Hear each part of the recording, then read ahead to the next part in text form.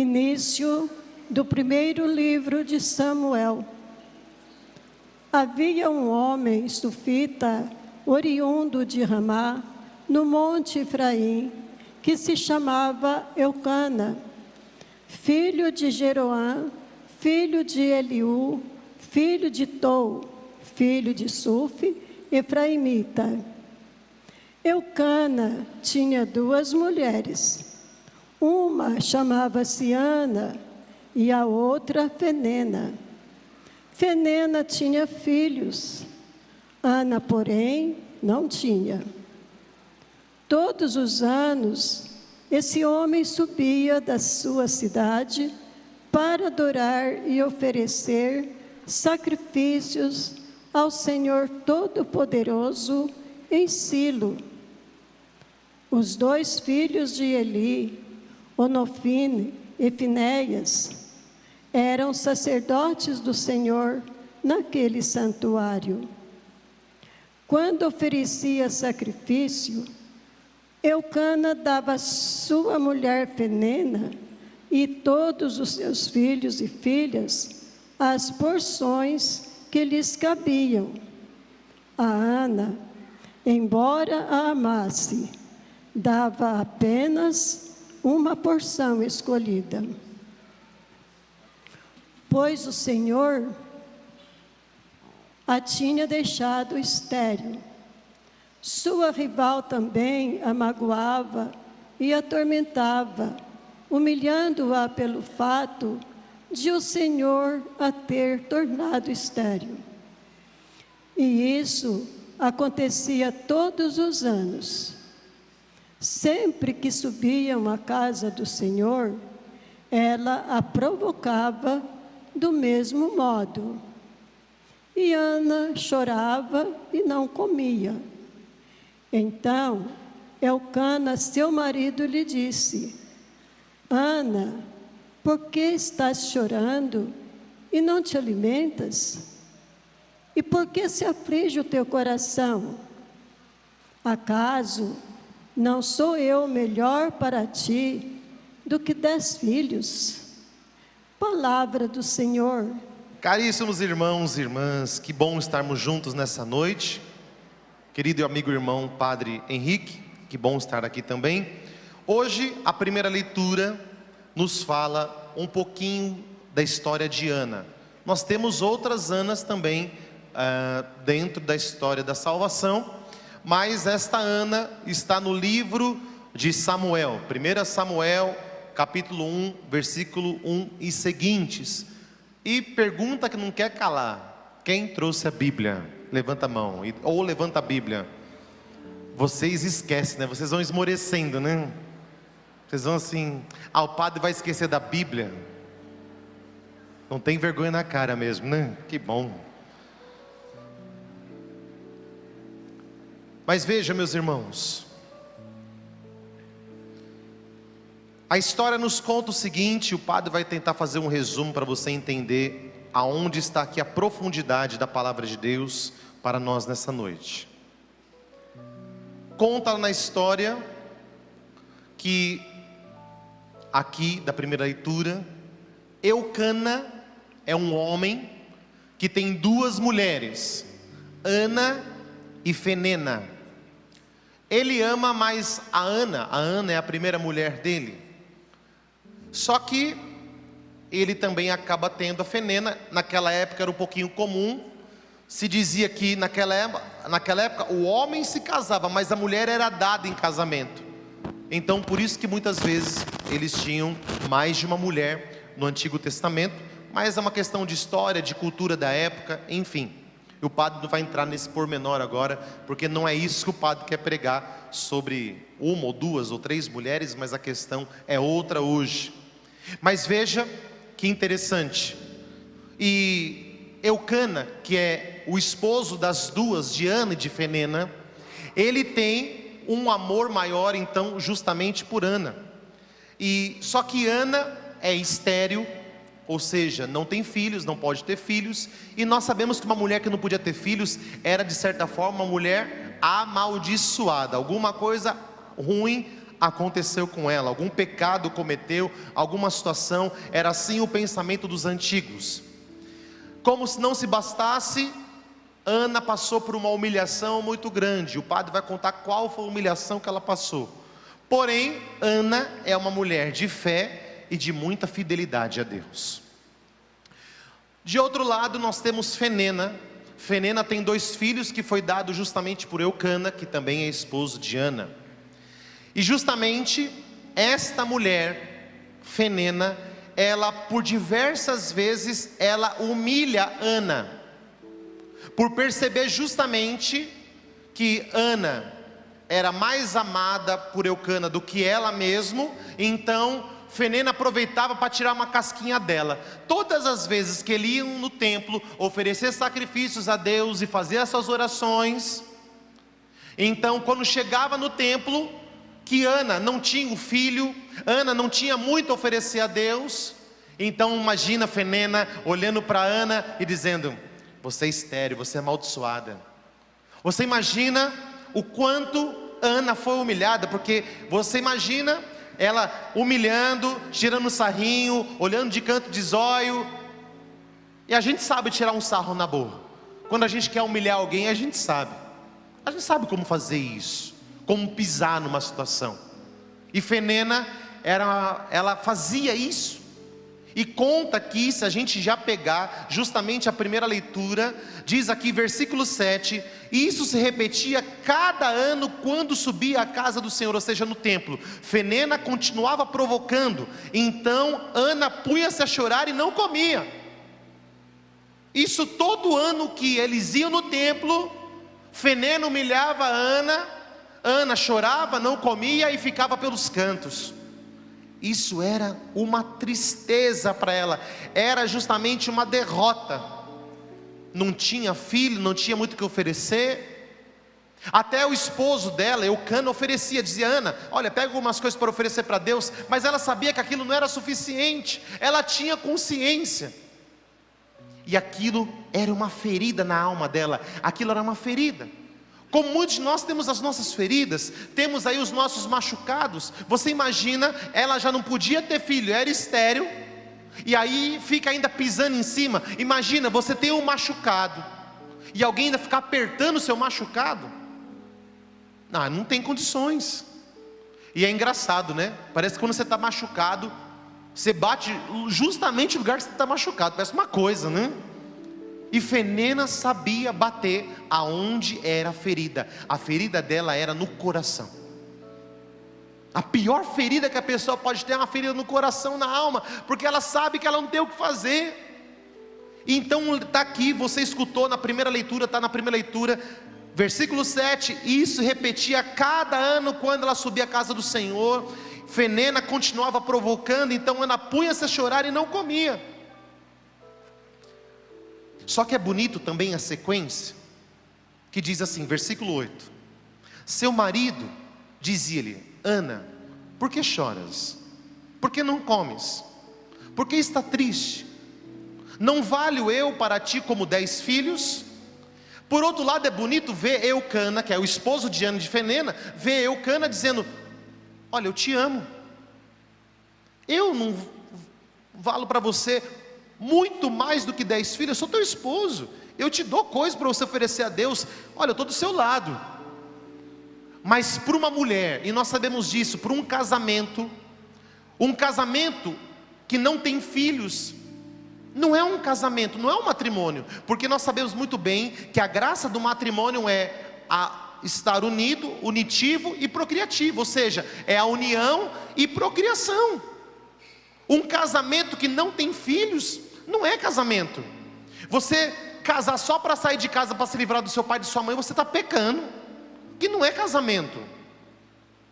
Você que se casou, e já fica aqui o aviso e o alerta, você que se casou e fica usando preservativo 10 anos para não ter filho, vai ter filho daqui só 5, 10 anos, está em pecado mortal.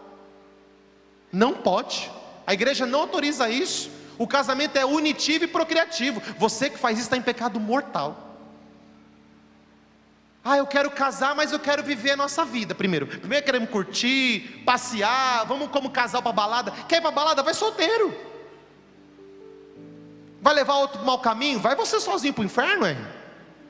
Para que vai levar alguém para o inferno junto com você? Vai sozinho.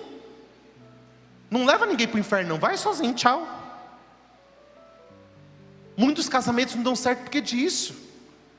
Porque o interesse, o corpo é meu, faço o que eu quero.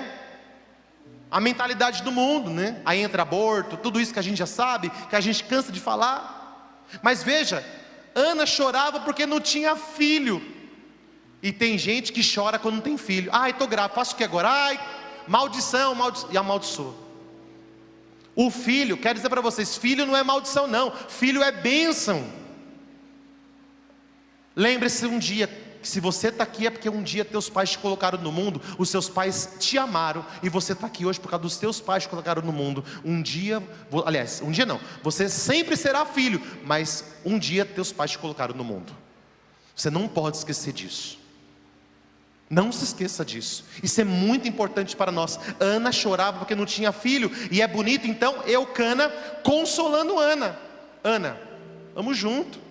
Mas ela sabia que não era suficiente. Por uma mulher que quer ter filho, e não precisa levantar a mão não, mas todos nós podemos responder isso. Para quem casa, sonha com filhos, sonha em poder fazer tudo o que pode fazer. Para alguém que casa e não tem filhos, não é a coisa mais triste do mundo? Sim, lógico que é. Sim ou não? Sim, eu acompanho casais que casaram, eram dos nossos jovens aqui, que era da nossa paróquia, são da nossa paróquia. Eu acompanhei casais que se casaram, jovens, e não conseguiam ter filhos, chorava, padre, reza por nós, ficamos anos rezando, e o médico dizia, impossível, rezamos, já está com 2, que dê 10 Jesus. Para você entender a importância dos filhos, é mais ou menos assim. Quando eu e o padre Henrique fomos ordenados, é a mesma coisa, a gente quer ser padre, mas não quer celebrar missa. Não tem sentido. Ué, eu quero ser padre e não quero atender confissão. Não tem sentido. Eu quero ser padre, quer dizer, não tem fruto. A minha vocação, o meu chamado não tem fruto, não tem. E aí? Cadê os filhos? Cadê a herança? Ah, está muito perigoso colocar filho no mundo. Perigoso para quem não reza. Perigoso para quem tem preguiça de acompanhar filho, né? Que é muito fácil, né? Esse bando de jumento coloca filho no mundo e esquece que tem filho, né? Coloca filho no mundo, tá nem aí. Se vira, vai lá. Vai na casa do sei quem, deixa fazer o que quiser. Aí fica esse jovem tocando horror na vizinhança aí com essas músicas, não presta. Filhos desgarrados. Filhos do mundo.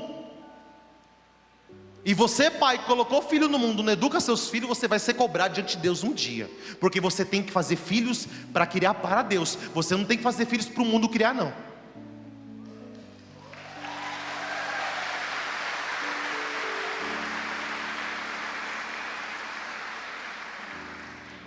Os filhos foram feitos para Deus, não para o mundo.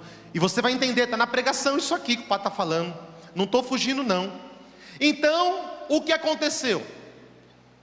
Depois que Ana chorou, foi humilhada, depois que o esposo consolou, versículo 9. Depois de ter passado muitas humilhações, depois de ter visto tudo que passou, depois de toda vez que ela chorou, murmurava, murmurava, Ana resolveu tomar uma decisão. Versículo 9. Desta vez, depois que ela foi humilhada, acabou de ser humilhada no templo ali, Ana tomou uma decisão naquele momento. Ana levantou-se, depois de ter comido e bebido em Silo. Ora, o sacerdote Eli estava sentado numa cadeira à entrada do templo do Senhor. Ana, profundamente amargurada, orou ao Senhor e chorou copiosamente. Fez um voto dizendo: Senhor dos exércitos, se vos dignardes olhar para a minha aflição de vossa serva e vos lembrardes de mim, se não vos esquecerdes da vossa escrava e lhe derdes um filho, um varão, eu o consagrarei ao Senhor durante todos os dias de sua vida, e a navalha não passará pela sua cabeça. Ou seja, ela falou: se o Senhor me der um filho, eu dou ele para o Senhor, para ele ser seu. Ana tomou uma decisão. Depois de ficar anos sendo humilhada no templo, e o padre já falou sobre o templo, a divisão do templo, a parte das mulheres. O padre já explicou isso para vocês, como funcionava o templo, era dividido em 4, enfim, lá tinha o sacerdote Eli, que estava olhando ela rezar. Depois de tudo isso que ela passou, toda humilhação, até que ela tomou uma decisão, que o marido dela consolou ela, ela tomou a decisão de comer, de beber e de orar. E ela ora a Deus. A nossa vida, nós podemos ficar murmurando, chorando pelos cantos, reclamando para Deus e o mundo que a sua vida não vai para frente, que nada dá certo, que todo mundo te abandona, que ninguém gosta de você. Você pode ficar reclamando para 30 padres de diocese diferentes, você pode ir para 500 missas de cura diferentes no Brasil inteiro. Você pode ficar chorando o tempo todo, mas você pode tomar a decisão que Ana tomou depois de muitos anos, de orar, para que a tua vida mude. Está sendo humilhado, está sendo pisado, vai orar ou vai continuar na humilhação, sendo pisado? Está doente, está enfermo, vai rezar ou vai continuar aí murmurando pelos cantos, dizendo que Deus não te ama? Vai jejuar ou vai continuar nessa vidinha medíocre que você tem? Vai ler a Bíblia ou vai continuar aí na burrice? Pode estar pegando pesado? Não. Aqui é uma divisão. Ou eu oro ou eu choro. Ou eu oro ou eu me entrego. Ou eu oro ou eu me entrego para Satanás. A nossa vida chega a um ponto assim, ou isso, ou é Deus ou é Deus.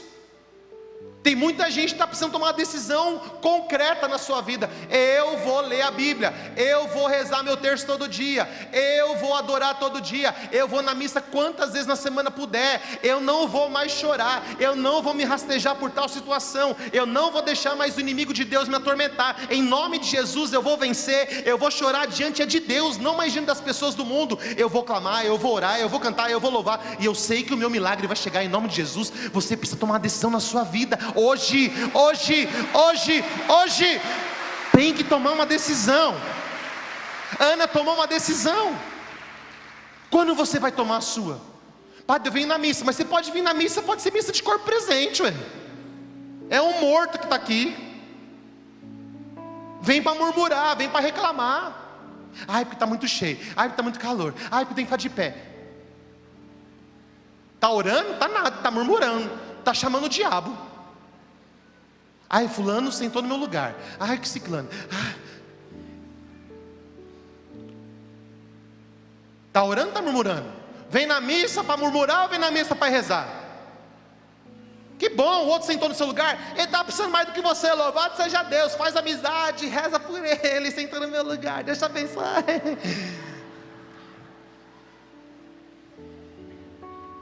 Você vai rezar ou vai murmurar? Você vai orar ou vai murmurar? Vai jejuar ou vai murmurar? Vai rezar seu terço diariamente ou vai murmurar? Ana tomou a decisão. Nós precisamos tomar uma decisão. E olha só o que aconteceu com a decisão de Ana. Olha que bonito. Ana estava rezando tão intensamente que o sacerdote Eli, que cuidava do templo naquele dia, olhando de longe aquela mulher rezando, parecia uma doida, igual esse povo da missa de cura, assim. Sabe esse povo louco da missa de cura? Aí olhando, falando, ó, que a mulher é do poder. Ó, aquele homem rezando ali, vixe. Eli julgou a ébria e falou-lhe: até quando estará tu embriagada? Vai e deixa passar tua bebedeira. Não é assim, meu senhor, ela respondeu. Eu sou uma mulher aflita, não bebi vinho, nem álcool, mas derramo a minha alma na presença do Senhor. Eli, olhando de longe, achava que ela estava bêbada. Essa mulher está bêbada. A gente não pensa às vezes, né? Quem vem na missa a primeira vez assusta, né? Nossa, acho que esse padre está bêbado, hein? Padre reza esquisito. Olha para o lado, cantando que nem um louco. Vixe Maria, acho que vou embora desse hospício aqui, ué. A gente se assusta. Mas o que nós estamos fazendo em cada missa de cura e libertação é derramando a nossa alma na presença do Senhor, para que o Senhor possa fazer na nossa vida, possa fazer na nossa história. Estamos derramando a nossa alma. É o nosso jeito de derramar a nossa alma, é o nosso jeito. Mas veja, meus irmãos, o sacerdote Eli ficou espantado. Ele via aquela pessoa rezando e ele achava que estava bêbada.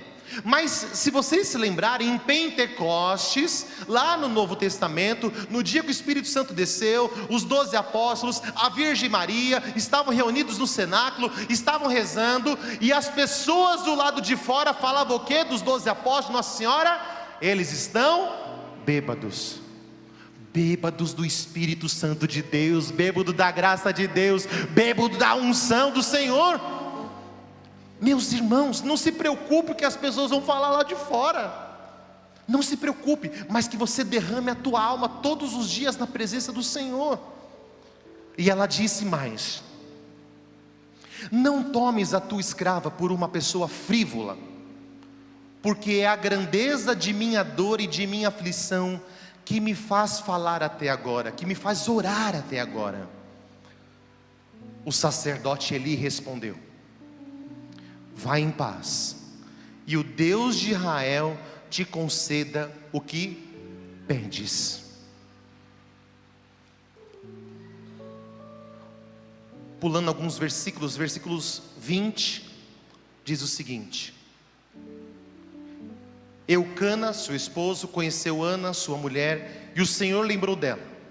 Ana concebeu, e passado o seu tempo, deu à luz um filho, chamou de Samuel, dizendo, porque dizia, eu pedi ao Senhor. Aí Samuel nasce, por isso que é o livro de Samuel. Samuel é filho de Ana e de Eucana. Veja, meus irmãos, a palavra, o nome Samuel significa eu pedi ao Senhor. Olha que lindo. O nome Samuel significa eu pedi ao Senhor. E o Senhor atende Ana. Então Ana fica 2 anos esperando a criança crescer, encorpar, amadurecer, sair da amamentação, toda aquela fase. Nesse tempo ela não vai no templo, ela fica em casa quietinha. E quando chega o tempo oportuno, o que Ana faz? Ana, depois de 2 anos, vai ao templo, ofereceu o seu filho a Deus, ofereceu o seu sacrifício a Deus, e ali ela encontra novamente o mesmo sacerdote Eli, e olha o que ela diz: após ter desmamado, tomou consigo, levantando também 3 novilhos de 3 anos, e uma efa de farinha e um odre de vinho, conduziu à casa do Senhor em Silo. Ana disse: ouve, meu Senhor, por tua vida, eu sou aquela mulher que esteve aqui em tua presença, orando ao Senhor. Eis aqui o menino, por quem orei, e o Senhor ouviu o meu pedido. Portanto, eu também dou ao Senhor. Ele será consagrado ao Senhor para todos os dias de sua vida. E prostraram-se naquele lugar diante do Senhor, adorando o Senhor. Aqui entra uma coisa muito importante. Nós somos muito rápidos para pedir o nosso milagre, a nossa cura para Deus, mas somos muito lentos em lembrar da promessa que nós fizemos para o Senhor. Senhor, o Senhor vai me dar um filho e eu vou dar ele para você. Ana cumpre a promessa que fez e Deus cumpre a promessa que fez. Quantos de nós cumprimos? Senhor, se o Senhor me curar, eu vou rezar o terço todo dia. Estou dando um exemplo. Senhor, se o Senhor me curar, eu passo a ser dizimista. Senhor, se o Senhor me libertar, eu vou servir o Senhor de alguma forma. Nunca mais pisa na igreja. Não volta. Não cumprimos o que prometemos, não para o Padre Anderson, não para o Padre Henrique. Não cumpriu o que disse na presença do Senhor. Nós não cumprimos o que dizemos, e isso entristece o coração de Deus. O nosso não cumprimento daquilo que nós nos propomos a fazer. Você fez com Deus um propósito. Claro, falhou um dia, tropeçou ali, um dia que está cansado, está esgotado. Senhor, hoje eu não consigo, vou fazer o mínimo, mas não vou deixar de fazer o mínimo, mas amanhã se eu pego firme de novo. Ok, Deus também não é louco. Mas você precisa cumprir aquilo que você prometeu para Deus. Nós esquecemos disso. Cumpra. Ana não se esqueceu de cumprir aquilo que prometeu. E veja, meus irmãos, o padre não vai... Bom, vou ler sim. Dá tempo, ainda é cedo. Falta 10 minutos para as 10 da noite já. Brincadeira, não, mentira. E aí Ana, ela faz o chamado cântico, tem o chamado cântico de Ana. Olha que lindo o cântico de Ana, capítulo 2. Ana pronunciou esta prece: exulta o meu coração no Senhor, nele se eleva a minha força. A minha boca desafia os meus adversários, porque me alegro na vossa salvação. Ninguém é santo como o Senhor.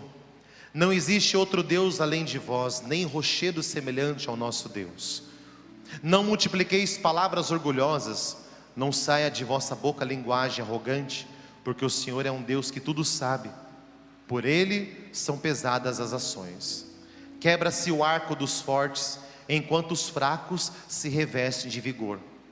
Os abastados se assalariam para ganhar o que comer, enquanto os famintos são saciados.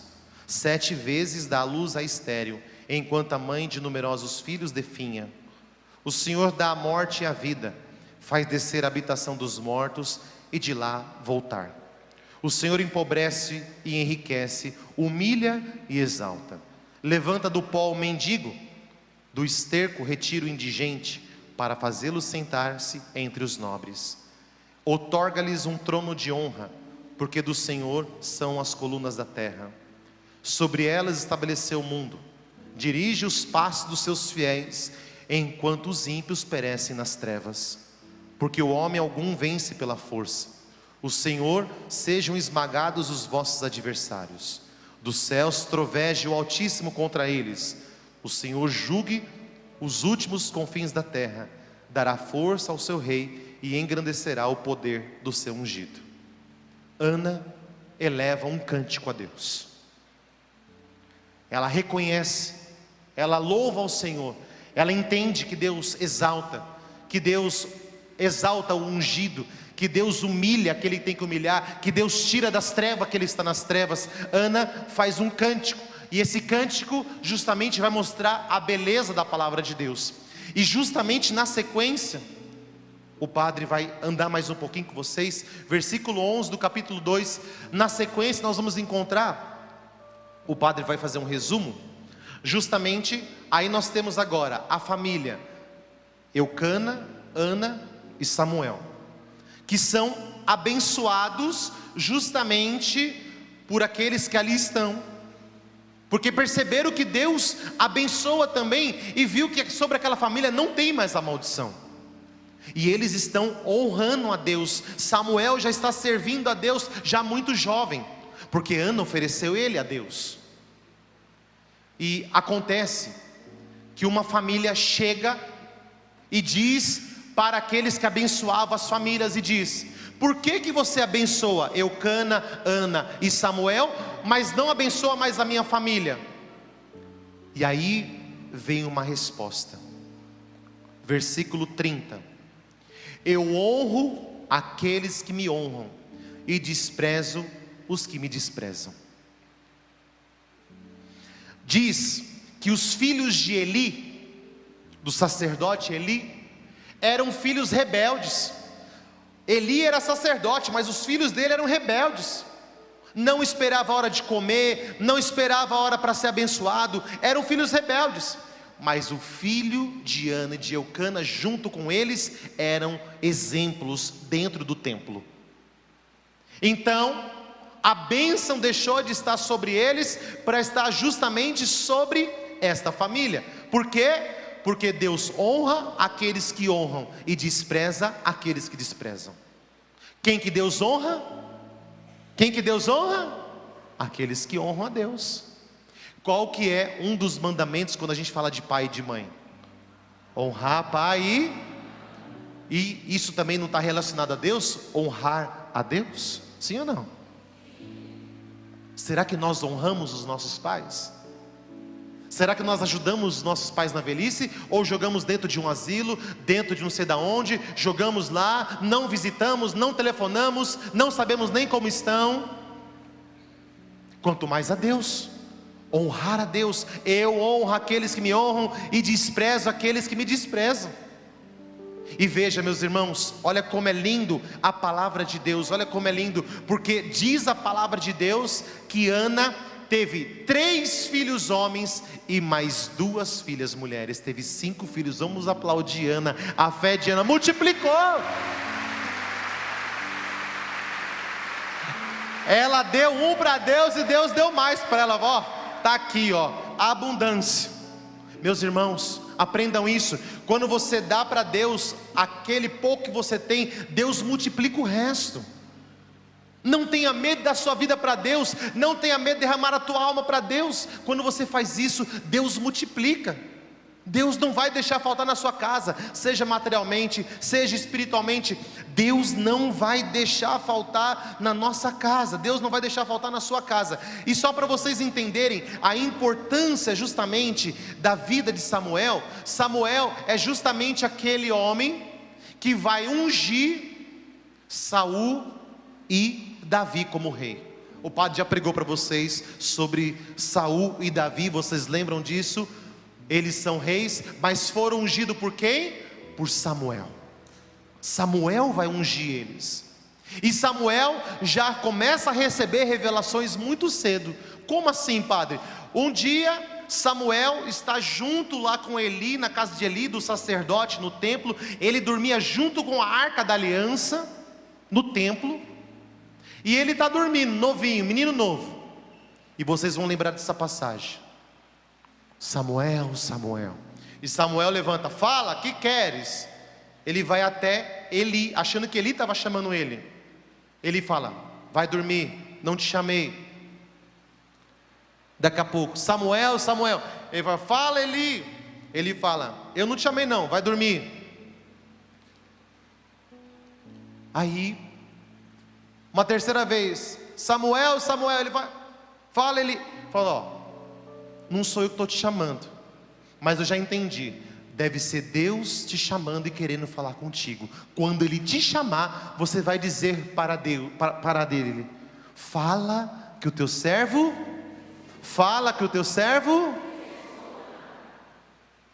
é o filho de Ana de Eucana, Samuel.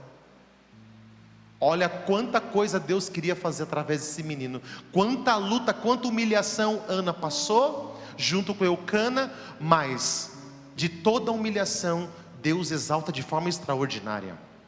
Deus tinha um plano muito grande, e nós sabemos disso. Quando o plano de Deus é muito grande na nossa vida, a batalha é muito grande também. Quanta batalha o Padre Henrique demorou para ser ordenado? Porque o inimigo de Deus sabe quantas almas você vai tirar do inferno. Por isso que as lutas são grandes, Padre. Nós sabemos. Você orando o seu rosário, você orando o seu terço, você jejuando, quantos amigos você não pode ajudar?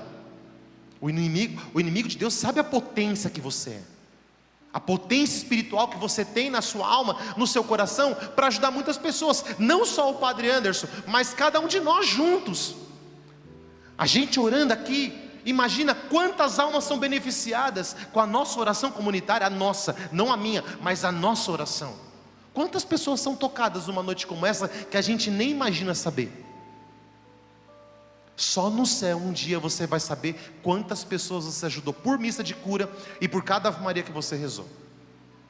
Você tem noção disso? Sim ou não? Não, eu não tenho noção de quantos eu ajudei. Eu não tenho nem noção de quantas pessoas eu atinjo na evangelização. Nem imagino, não tenho nem noção. Não sei, não tenho essa capacidade de adivinhar isso.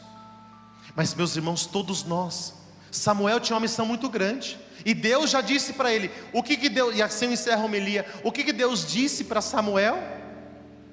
Samuel, avisa Eli, porque os filhos deles foram tão rebeldes, Eli não corrigiu, Eli será destruído e toda a sua descendência. Eli acorda no outro dia e fala: Samuel, o que Deus te falou? E Samuel, sabendo que era uma palavra ruim, não queria falar, fala, não falo não. Imagina, novinho, né? Menino novinho, profeta novinho, padre novo, falo, não falo, digo, não digo, meu Deus, prego, não prego, rezo, não rezo, tímido. Não, pode falar, seja honesto, não minta nada, porque senão vai virar contra você. Então eu falo: Deus diz que vai destruir porque teus filhos foram rebeldes, você não corrigiu teus filhos. E aqui o padre encerra, porque se for deixar, vai longe. E justamente, Eli passa por uma guerra, e os filisteus ganham a guerra, e justamente a Arca da Aliança, nesse período, é roubada e levada para os filisteus. Ponto. Aqui eu encerro. Mas veja, meus irmãos, quanta coisa linda Deus falou conosco hoje, quantas coisas belas. Mas eu acho que a grande chave da coisa hoje, para cada um fica uma coisa, né? Mas o que me chamou muita atenção é justamente: eu posso ficar chorando ou eu posso orar. É uma escolha, é uma decisão. Diante do problema, ou eu choro e entrego os pontos, ou eu falo: não, eu vou orar e vou derramar minha alma na presença do Senhor. Ao ponto das pessoas olharem de longe e falar: meu Deus, aquela pessoa quando ora, a terra treme, o bagulho fica louco. Aquela pessoa quando clama a Deus, o milagre acontece. Aquele fulano quando estende a mão, nossa. Aquele pai de família, aquela mãe de família, olha aquele, esse. Quando aquela pessoa ora com autoridade, meu Deus, o céu se abre, porque a pessoa derrama a alma na presença do Senhor e não tem vergonha de nada nem de ninguém. Quando você vem para a missa, quando você ora na sua casa, por isso que é bom trancar a porta, entrar dentro do quarto e você orar do seu jeito, porque para ninguém incomodar. Quando você orar tem que ser estilo pancadão, tem que tremer as paredes do quarto lá, Jesus, ao ponto dos vizinhos chamar a polícia para você, filho. Fala: tá pegando fogo nessa casa, tá pegando fogo aí. É o fogo do Espírito desceu nesse lugar aqui, ó, pronto, é o fogo de Deus. Meus irmãos, a oração transforma todas as coisas, amém? Derrame tua alma na presença do Senhor. Fica de pé quem está sentado e fala assim, fala para a pessoa do seu lado assim: vai ficar chorando ou vai rezar? Vai ficar murmurando ou vai rezar? Até quando você vai ficar chorando, sua anta? Reza com autoridade, fala, reza com autoridade. Hoje eu quero ver descer fogo do céu nesse lugar. Amém? Aplaude o irmão do seu lado, glória a Deus, coisa mais linda. Olá, gostaram do vídeo? Então inscreva-se no canal, dê aquele like maravilhoso e ative o sininho para receber novas notificações.